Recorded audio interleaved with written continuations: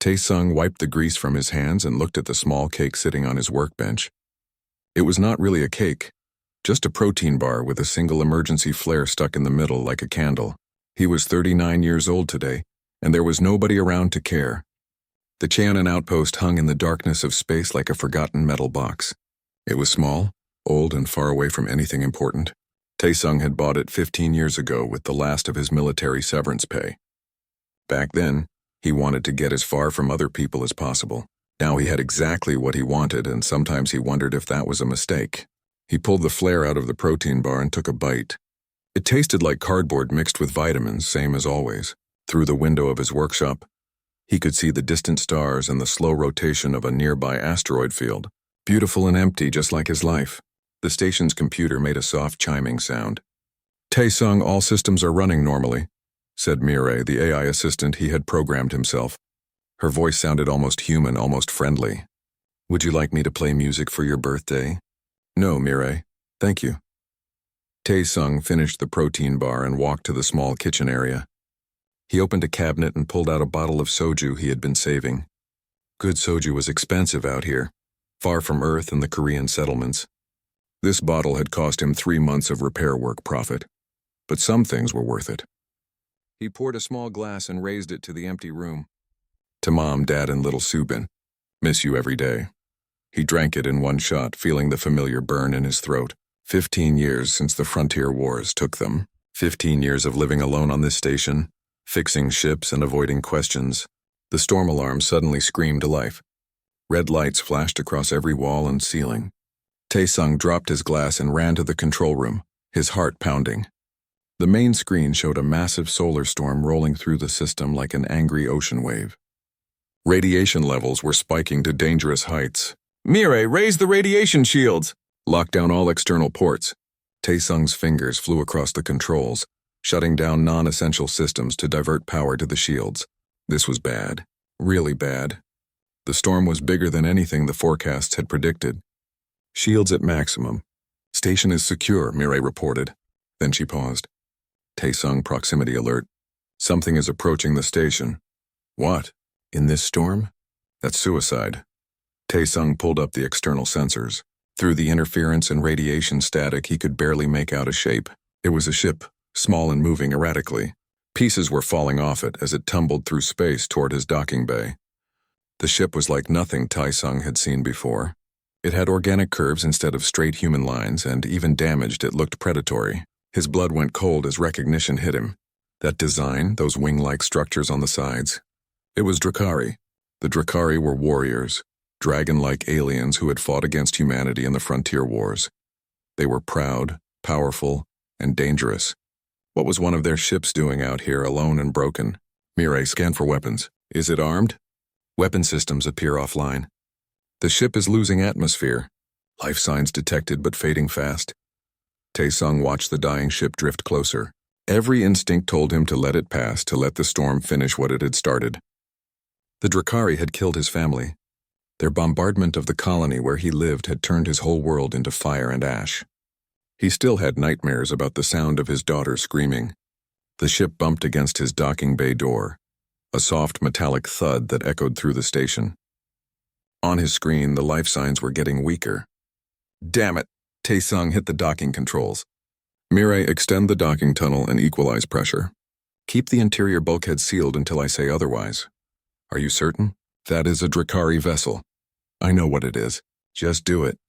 The docking process took 5 minutes that felt like hours. Tae-sung stood in the airlock wearing his emergency suit and holding a plasma cutter. It was not much of a weapon, but it was all he had. When the green light finally came on, he opened the door. The Drakari ship's hatch had been forced open from the inside. Tae-sung stepped carefully into the small vessel, his boots clanging on the metal floor. The interior was dark except for emergency lights that flickered and died. Smoke drifted through the corridors, and he could smell burning electronics and something else, something organic and unfamiliar. He found her in the cockpit, slumped over the controls. She was Drakari, no question about it. Even injured and unconscious, she was impressive. She stood at least 7 feet tall with scales that shimmered between blue and silver. Her wings were folded against her back, but he could see they were torn and bleeding. One arm hung at a wrong angle, clearly broken. Her eyes opened suddenly and Taesung jumped back. They were golden, with vertical pupils like a cat or a snake. She tried to move but gasped in pain and fell back into the seat. Please. Her voice was rough, speaking Korean with a thick accent. They hunt me. Need sanctuary, please. Taesung kept the plasma cutter pointed at her. Who hunts you? Why should I help you? The Drakari woman tried to straighten up, and he saw her face fully for the first time. She was young, or at least looked young, with aristocratic features and old scars that spoke of many battles. She was trying to look proud and strong but failing. Blood dripped from her wounds onto the floor. I am Yura of House. It does not matter now. They call me traitor. They will kill me. She reached out toward him with her good hand, then the strength left her. She slid out of the seat and collapsed at his feet. Sanctuary, please, I beg you. A Drakari noble begging. Taesung had never heard of such a thing. The Drakari were famous for their pride. They would rather die than show weakness, especially to humans. Whatever had happened to this woman, it must have been terrible. He looked down at her unconscious form. His family's faces flashed through his mind. Subin had been only 6 years old, with her mother's smile and her father's stubborn spirit. The Drakari ships had shown no mercy that day. Why should he show mercy now? But looking at this broken warrior bleeding on his floor, Taesung could not see a monster. He saw someone desperate and alone, running from something that terrified her. He saw someone who had thrown away everything, even pride, just to survive one more day. Mirai, prepare the medical bay. We have a patient. Taesung put down the plasma cutter and grabbed Yura under her arms. She was heavy, her alien body dense with muscle and thick bones. He dragged her through the docking tunnel back into his station, leaving a trail of silver blood behind them. As he worked to save the life of his enemy, Taesung wondered if he had finally gone crazy from too many years alone. Or maybe, just maybe, this was exactly what he was supposed to do. Either way, his lonely birthday had just become a lot more interesting. The solar storm raged outside, hiding them both from whatever was hunting her. For now, they were safe. But Taesung knew this was only the beginning of something much bigger than either of them. Taesung had been an engineer for 20 years, not a doctor. But he knew how to fix broken things, and in the end, bodies were just complicated machines. He worked through the night, using his repair tools and medical supplies to patch up Yura's wounds. Her biology was different from humans, but not as different as he had feared. She had bones, muscles, blood vessels. Her scales were like armor plating, grown naturally into her skin. Where they were cracked or missing, he cleaned the wounds and sealed them with medical foam. The broken arm took 2 hours to set properly, using metal rods he usually saved for structural repairs. By morning, Yura was stable and sleeping in the medical bay. Taesung sat in his chair, exhausted, watching her breathe. Her chest rose and fell slowly, and occasionally her wings twitched like she was dreaming. He had set up a security camera to watch her just in case. 3 days passed before she woke up fully. Taesung was in his workshop, repairing a water recycler when Mirai announced, "The patient is conscious and appears agitated." He ran to the medical bay and found Yura sitting up on the bed, looking around the room with wild eyes.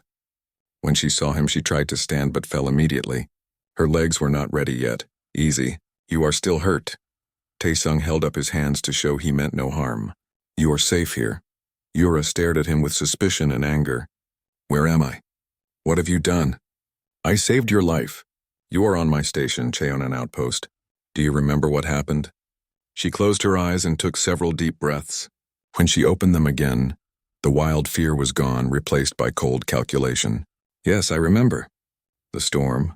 My ship failing. You pulled me inside. You asked for sanctuary. I gave it to you. Why?"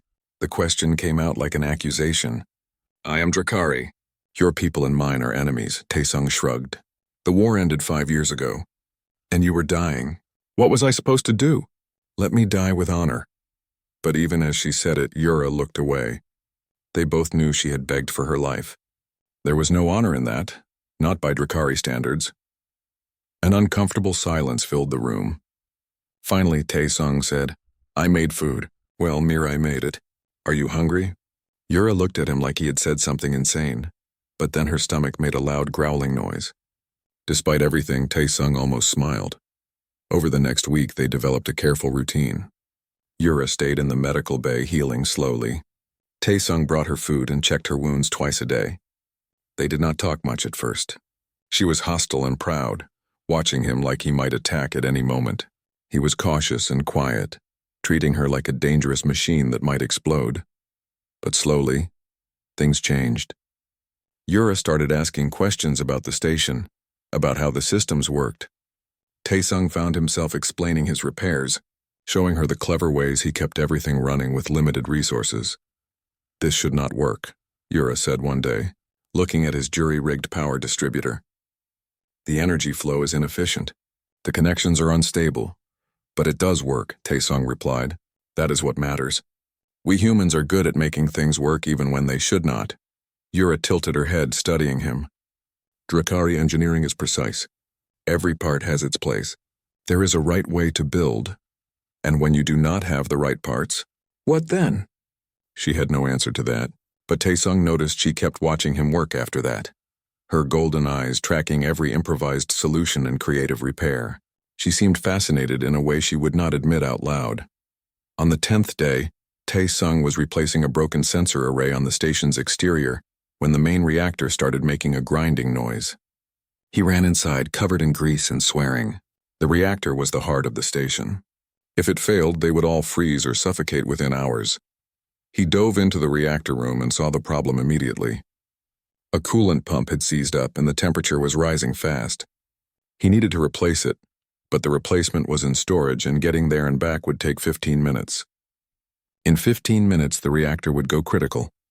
"Mireille, emergency shutdown sequence. Shutdown will take 12 minutes. Core temperature is rising too quickly. Recommend immediate evacuation. There is nowhere to evacuate to." Taesung grabbed his tools and started disconnecting the failed pump. His hands shook as he worked. One mistake here and the whole station would explode. "Let me help." Yura's voice came from behind him. She was standing in the doorway, still bandaged but upright. "You should not be out of bed." "Get back!" "You need someone to hold the coolant line while you replace the pump. I can do it." She walked into the reactor room without waiting for permission. Her broken arm was still in a sling, but her other arm was strong. Taesung wanted to argue, but the temperature alarm was screaming now. "Fine, hold this line exactly here. Do not let it move even a little bit or we both die." Yura grabbed the coolant line with her good hand. The metal was hot enough to burn, but her scales protected her better than Taesung's gloves protected him. He worked as fast as he could, removing the broken pump and installing the new one. His shirt was soaked with sweat. The heat in the room was becoming unbearable. "Core temperature at critical levels," Mireille announced calmly. "Estimated time to catastrophic failure, 90 seconds. Almost there." Taesung tightened the last connection and hit the activation switch. The new pump hummed to life and cool liquid started flowing through the system again. The temperature began to drop. They both stood there in the reactor room, breathing hard. Yura was still holding the coolant line, her scales scorched but intact. Taesung was shaking with adrenaline. "You can let go now," he said quietly. Yura released the line and looked at her burned hand. "Your systems are held together by luck and stubbornness. Welcome to human engineering." Taesung sat down on the floor, suddenly exhausted. "Thank you. You saved us both. You saved me first. This makes us even." But there was something different in her voice now, something less hostile. That night, they shared a meal together for the first time. Not just Taesung bringing food to the medical bay, but sitting together at his small table. He heated up rice and kimchi from his emergency supplies, and Yura ate it carefully, unused to human spices. "This burns my mouth," she said, but she kept eating. "Everything good burns a little bit." She almost smiled at that. "Tell me, Taesung, why are you alone out here?" A skilled engineer could make good money in the core systems. The question hit harder than he expected. Taesung looked down at his rice. "I had a family once. Wife, daughter. They died in the war. The frontier colony bombardment 15 years ago." Yura went very still. I did not know." "How could you?" "It was just one colony among many." He took a drink of water. "After they died, I could not be around people anymore.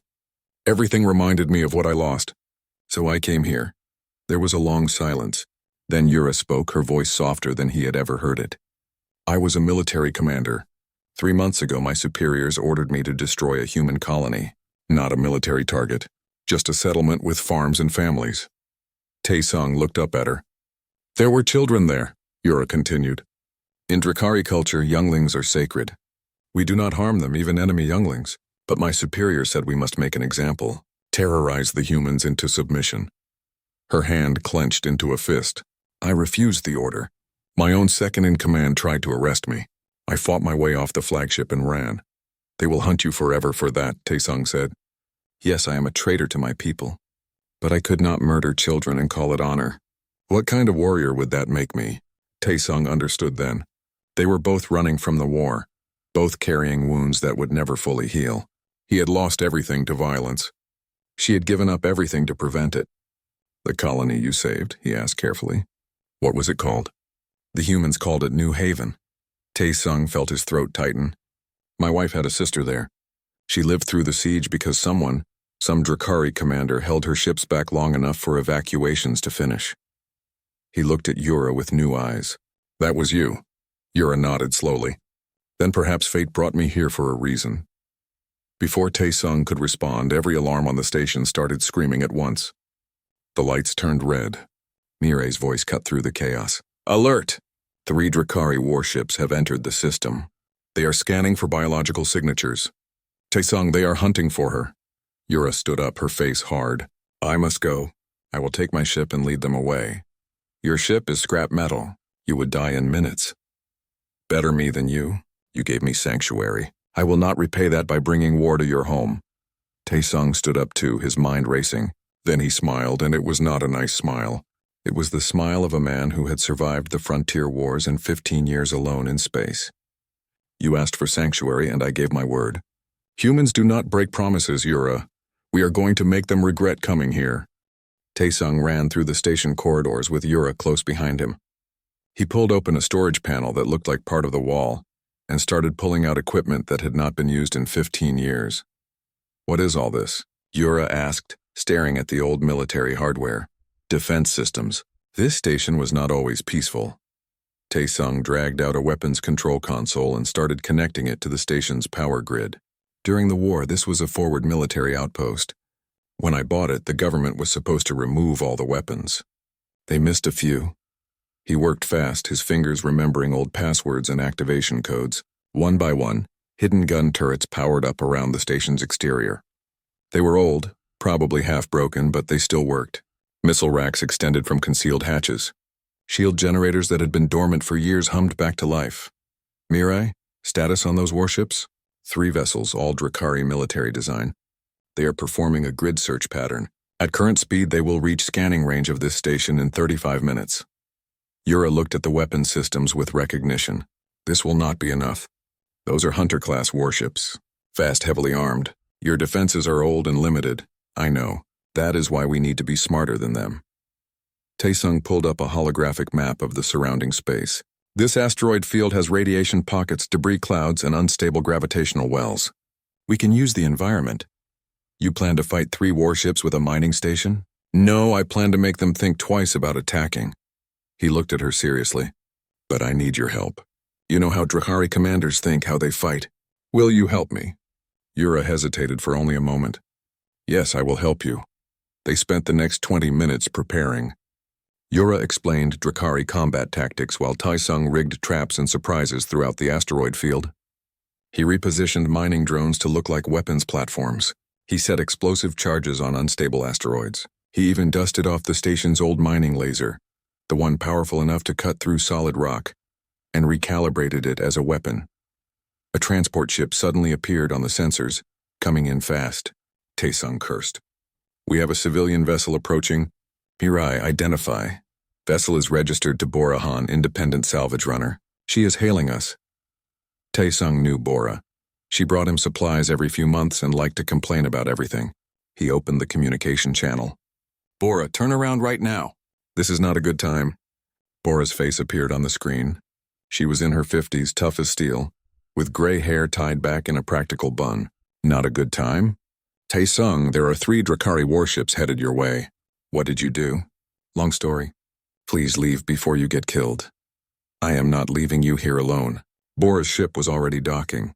I brought the supplies you ordered, plus some extra weapons, because I heard rumors about Drakari activity in this sector. Before Taesung could argue more, Bora was coming through the airlock with 3 cargo boxes floating behind her. She stopped dead when she saw Yura standing in the corridor. That is a Drakari. Bora's hand went to her sidearm. She is under my protection, Taesung said quickly. Have you lost your mind? She is one of them. She is the reason they are coming. She saved a human colony from destruction and became a traitor to her own people. Taesung stepped between them. Bora, I need you to trust me, please. Bora looked from Taesung to Yura and back again. Finally, she lowered her weapon. Fine, but if she tries anything, I am shooting first and asking questions later. Fair enough, Yura said quietly. The 3 of them worked together, setting up the final defenses. Bora had brought plasma rifles, shield generators, and enough ammunition to fight a small war. She also had military experience from her younger days and knew how to use everything. Warships entering weapons range in 5 minutes, Mireille announced. They gathered in the command center. On the main screen, 3 sleek Drakari warships appeared, their hulls gleaming like scales in the starlight. They moved with predatory grace, circling the station from different angles. A communication request came through. Taesung accepted it, and a Drakari face filled the screen. He was male, with dark red scales and cold, intelligent eyes. He wore a commander's uniform. I am Kale of the Imperial Fleet. We are searching for a fugitive. A traitor named Yura. Surrender her immediately, and you will not be harmed. Taesung kept his face neutral. This is a civilian station in neutral space. You have no authority here. Do not play games, human. We detected her biological signature before it disappeared. She is in your station. Hand her over. Even if someone was here, why would I give them to you? Kale's eyes narrowed. Because if you do not, I will destroy your station and everyone on it. You have 5 minutes to comply. The screen went dark. Bora cursed. 3 warships. We are dead. Not yet. Taesung activated the weapons systems. Yura, if you were Kale, how would you attack? Yura studied the tactical display. He will use the standard pincer formation. 2 ships will flank the station while the flagship attacks from the front. They will target your weapons first, then your shields, then your life support. Then we will not be where he expects us to be. Taesung started moving the station using its positioning thrusters. It was slow, painfully slow, but it moved. He guided the station toward a large asteroid with high radiation levels. What are you doing? Bora asked. Hiding in their blind spot. The radiation will make it harder for them to get clean sensor readings. The 5 minutes passed. Kale's voice came over the communication system again. Your time is up, human. You have made your choice. The first missiles hit the station's shields. Alarms blared as energy levels dropped rapidly. Taesung returned fire with the old turrets, not expecting to do much damage but forcing the warships to maneuver. 2 ships breaking off to flank us, Yura reported. Just as I predicted. Good. Mireille, detonate asteroid cluster 7. Explosives that Taesung had placed earlier went off, breaking apart a group of asteroids into thousands of fragments. The debris cloud expanded rapidly and one of the flanking warships flew right into it. The fragments hammered its shields, forcing it to retreat. 1 ship damaged and pulling back, Bora said with satisfaction. Nice trick. But the other 2 warships pressed the attack. More missiles struck the station, and this time the shields failed completely. The hull took direct hits and decompression alarms started screaming. Sealing damaged sections, Mireille reported. Hull integrity at 60%. Taesung activated the mining laser, the same one he had used for years to cut asteroids. He aimed it at the flagship and fired. The beam was not designed for combat, but it was incredibly powerful. It caught Kale's ship on the port side and burned through the armor like paper. Direct hit, Bora shouted. Their shields are down. The flagship retreated, smoke pouring from the wound in its side. But the 3rd warship moved into position, charging its main weapons. Taesung saw the energy signature building and knew what was coming. That was a planet-killer weapon. Something that could vaporize his entire station in 1 shot. We cannot survive that, Yura said quietly. Taesung made a decision. Mireille, divert all remaining power to the mining laser. Everything. Life support, gravity, communications. All of it. That will leave the station completely defenseless, Mireille warned. Do it. The lights went out. The gravity disappeared, leaving them floating. The temperature started to drop immediately. But the mining laser powered up to levels it was never designed to reach. Taesung aimed it at the asteroid they were hiding behind, the one with the unstable radioactive core. When I fire, the feedback will probably destroy the laser and damage the station, Taesung said. Everyone hold on to something. He pulled the trigger. The mining laser fired at maximum power, punching through the asteroid and hitting its radioactive core. The asteroid exploded like a miniature sun, sending waves of radiation and debris in all directions. The blast wave hit the third warship like a hammer. Its shields failed instantly, and the hull buckled under the pressure. The ship spun out of control, fires erupting along its length before its reactor went critical. The explosion was brief and bright, and then there was nothing but wreckage. The station tumbled through space, dark and silent. Taesung felt blood running down his face from a cut on his forehead. Everything hurt, and he could not see anything in the darkness. Mirai? Bora? Yura? His voice sounded loud in the silence. I am here. Yura's voice came from somewhere nearby.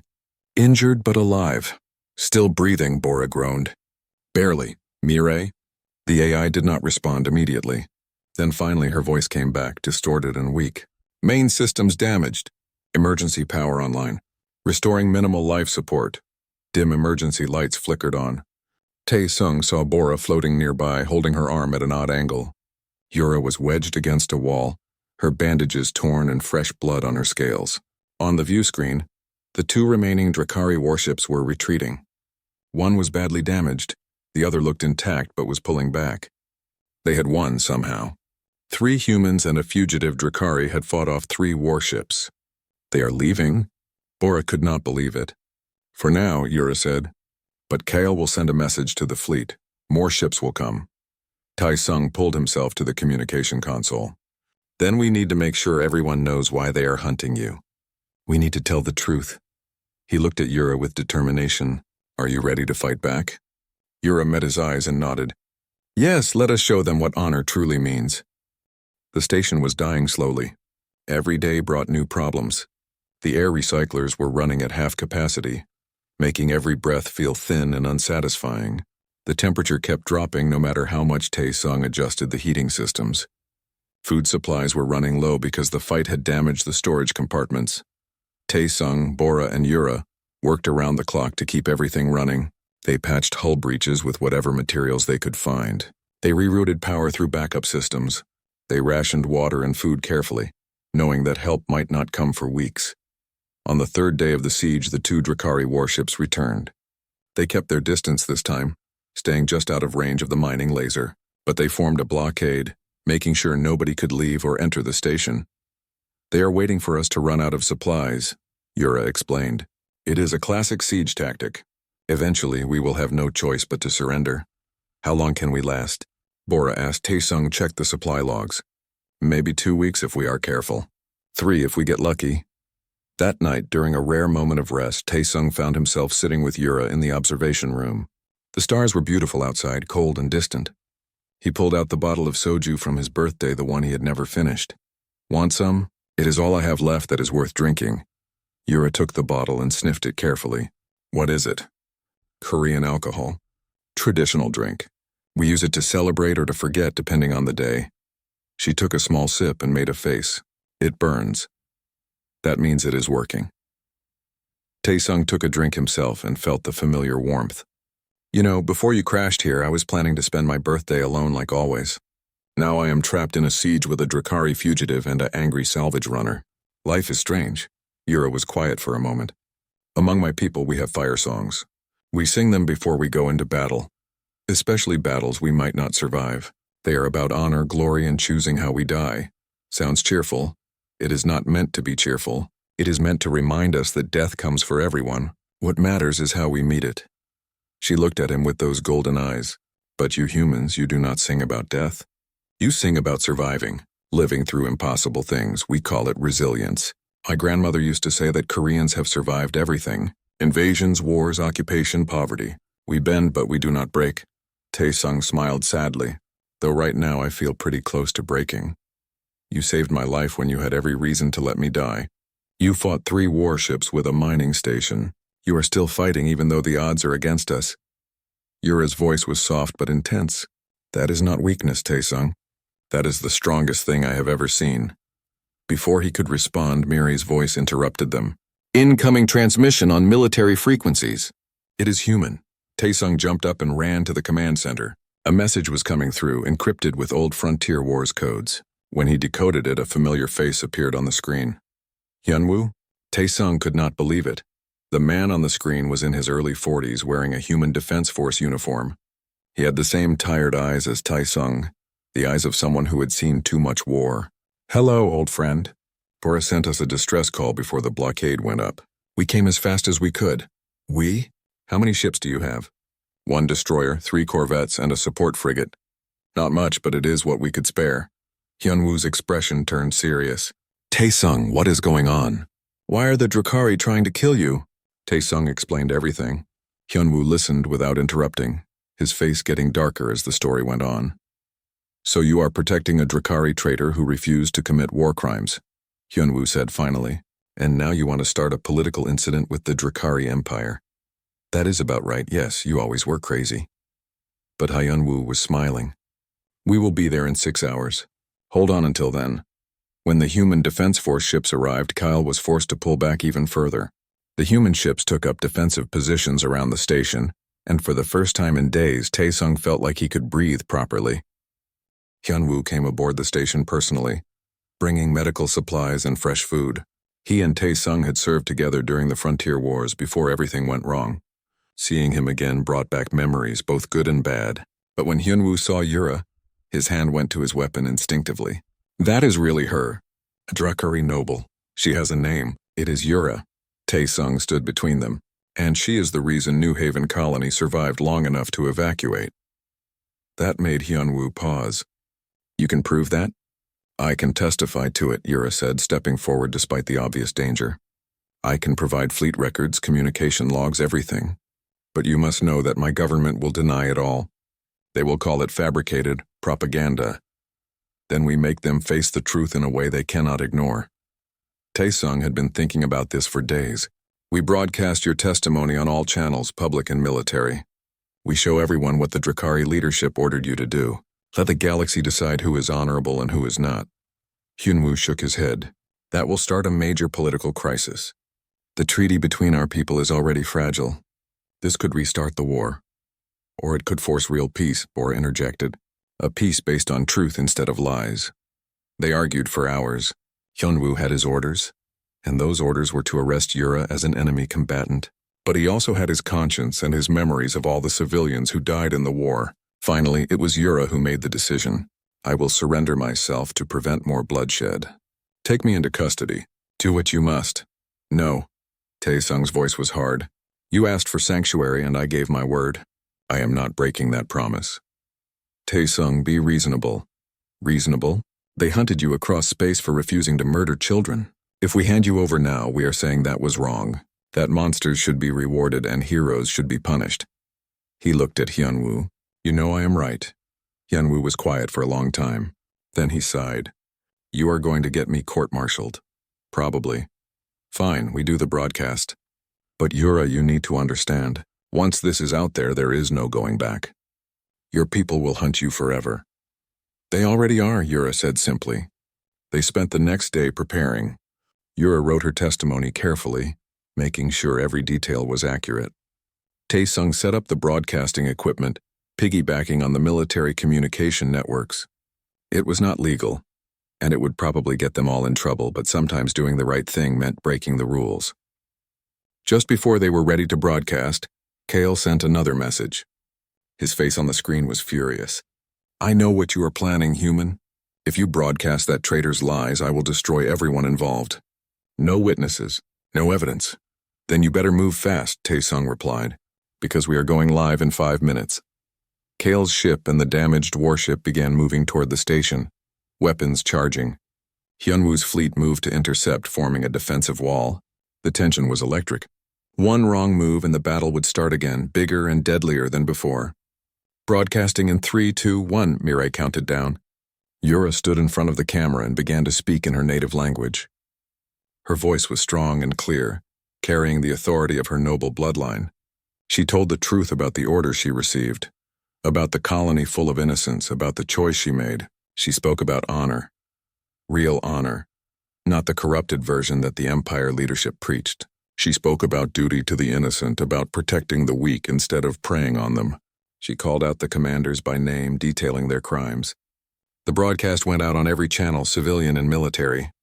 It reached Drakari colonies, human settlements, neutral trading posts. It could not be stopped or censored fast enough. Kale's ships accelerated toward the station, firing as they came. Hyunwoo's destroyer opened fire back, and the space around the station erupted into chaos. Missiles and laser fire crossed the darkness. Explosions bloomed like deadly flowers. "Kale's ship is breaking through," Bora shouted. "He is coming straight for us." The Drakari flagship crashed through the defensive line, taking damage but not stopping. It was a suicide run, and everyone knew it. Kale was willing to die if it meant silencing Yura. Taesung grabbed the mining laser controls one more time. "Mirai, give me everything we have left. One more shot. If I do that, the laser will explode. The feedback will likely destroy this entire section of the station." "I know. Do it anyway." The mining laser powered up one final time, drawing so much energy that the lights across the entire station dimmed. Taesung waited until Kale's ship was close, too close to dodge. Then he fired. The beam struck the flagship dead center, punching through shields and armor like they were nothing. The ship's reactor destabilized, and Kale had just enough time to scream before everything exploded. The mining laser exploded too, just as Mirai predicted. The blast tore through the station, ripping apart the observation deck and half the docking bay. Alarms screamed. The hull breached in a dozen places. Taesung was thrown across the room, hitting a wall hard enough to see stars. He felt something break in his chest, a rib probably. Everything hurt. He could not breathe properly. Through the pain and chaos, he heard Yura's voice. "Taesung, stay awake! Help is coming."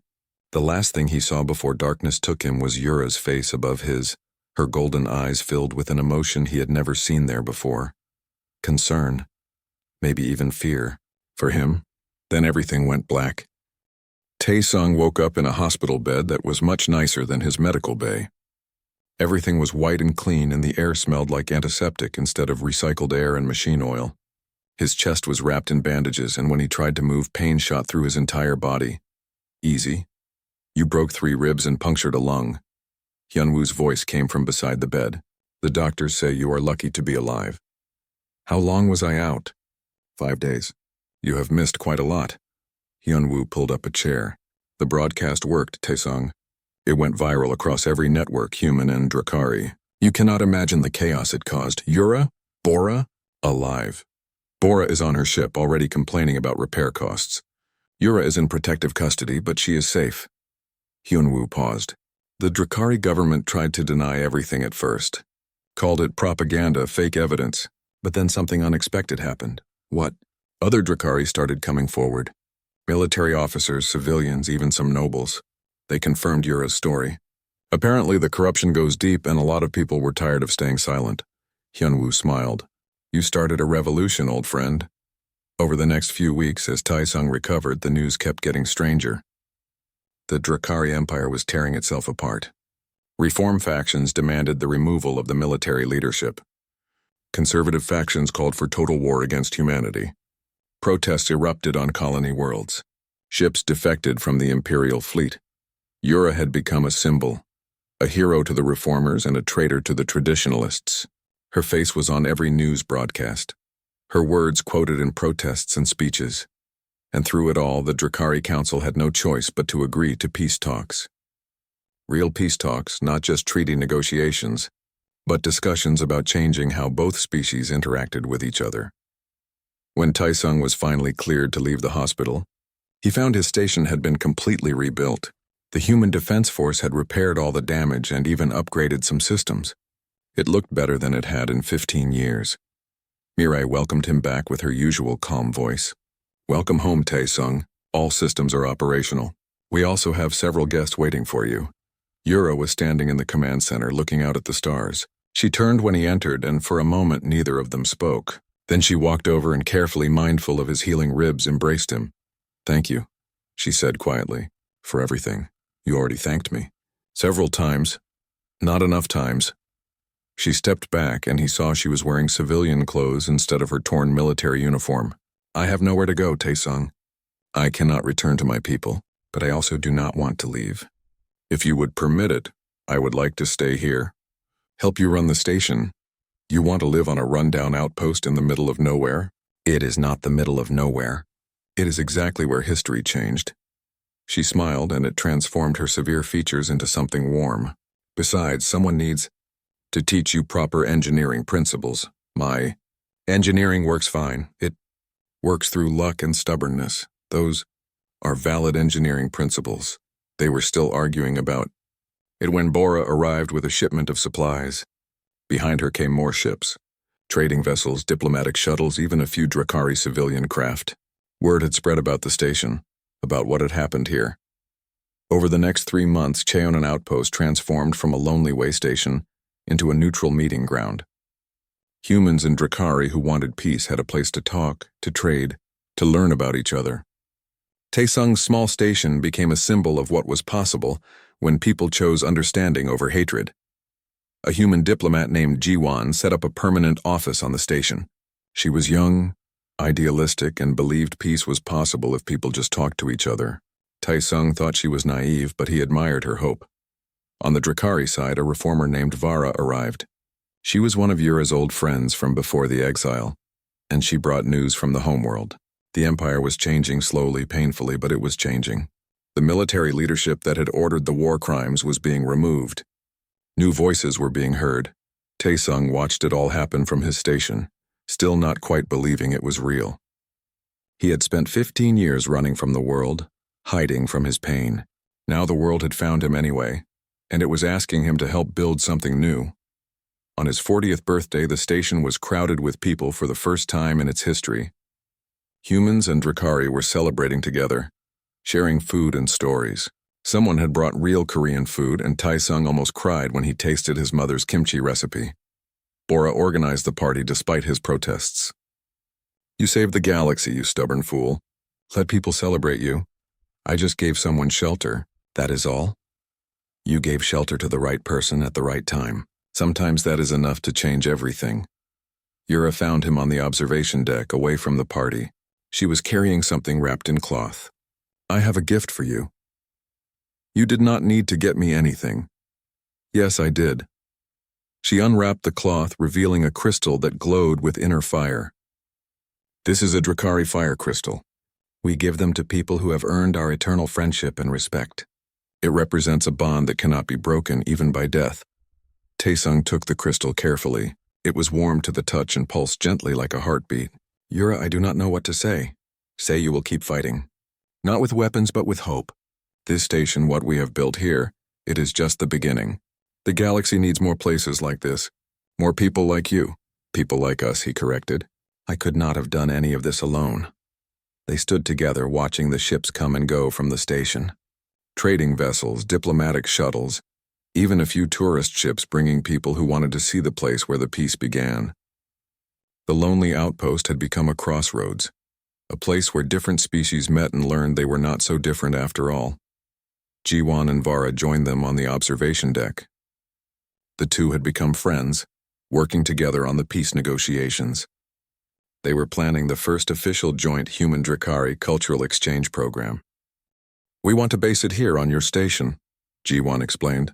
Make it a permanent institute for cross-species understanding. My station is not that big, Taesung protested. Then we will expand it, Vara said simply. With both human and Drakari resources, we will build something that represents our shared future. Bora walked up with a glass of soju in each hand. She gave one to Taesung. I heard you are planning to build more onto this place. I want the contract for hauling materials. Also, I am raising my prices. Of course you are, she grinned. Business is business. But I am proud of you, Taesung. You took a broken heart and turned it into something beautiful. Later, as the party continued behind them, Yura asked him, Do you regret it? Opening your door that night? Taesung thought about everything that had happened. The battles, the pain, the fear, but also the friendships, the hope, the chance to build something meaningful. He thought about his family, gone but not forgotten, and how they would have wanted him to live, not just survive. Not for a second. You taught me something important, Yura. What is that? That humanity is not just about surviving impossible things. It is about choosing who we become after we survive them. We can let pain make us bitter and alone, or we can let it teach us compassion. He looked at the station, at all the people working together inside. I chose wrong for 15 years. I chose isolation. You gave me a chance to choose differently. You gave me the same chance, Yura said. I was running, hiding, waiting to die. You showed me there was another way. That honor is not about following orders blindly. It is about choosing right over easy, every single time. Down in the common area, someone started singing. It was a human song, something old and traditional. Then a Drakari voice joined in, harmonizing in a way that should not work but somehow did. More voices added to the song, human and alien together, creating something new and beautiful. Taesung raised his glass. To lonely birthdays that change everything. Yura touched her glass to his, the crystal chiming softly. To the humans who refuse to give up, even when they should. And to the Drakari who choose honor over orders. To new beginnings. They drank together as the party continued around them. The station hummed with life and laughter, a tiny island of peace in the vast darkness of space. Ships came and went, carrying people and ideas, building connections that had seemed impossible just a year ago. Taesung looked at the fire crystal Yura had given him, watching the light pulse within it. For 15 years he had been alone, cold, hiding from the world. Now his home was full of life. His heart, frozen for so long, had begun to thaw. He thought about his daughter Subin, who would have been 21 now if she had lived. He liked to think she would have been proud of him. Not for the fighting or the heroics, but for choosing to help someone who needed it. For choosing compassion when hatred would have been easier. What are you thinking about? Yura asked. The future. All the possibilities. He smiled at her. For the first time in 15 years, I am looking forward instead of backward. Good, because we have a lot of work to do. This station needs expanding. The peace talks need support. And your engineering still needs improvement. There is nothing wrong with my engineering. It works through miracles and violations of physics. Those are valid engineering principles. They were still arguing, still smiling as the stars wheeled overhead and the galaxy slowly changed around them. Two unlikely friends, one human and one Drakari, building a future neither had expected. On a lonely outpost at the edge of known space, hope had taken root. And like all growing things, it would spread, reaching out to touch other lives, other worlds. The war was not completely over. The pain had not disappeared, but for the first time peace seemed possible, and it had all started because one lonely man opened his door on his birthday and chose kindness over hatred. Sometimes that is all it takes to change the galaxy. One choice, one moment of compassion, one hand extended in friendship when it would have been easier to make a fist. Taesung looked at the people celebrating in his station and felt something he had not felt in 15 years. He felt at home. Not just in a place, but in the world itself. He belonged here, building this fragile, beautiful thing called peace. The lonely engineer was lonely no more. And the dragon lady who had pleaded for shelter had found not just sanctuary, but family. In the end, that was the greatest victory of all.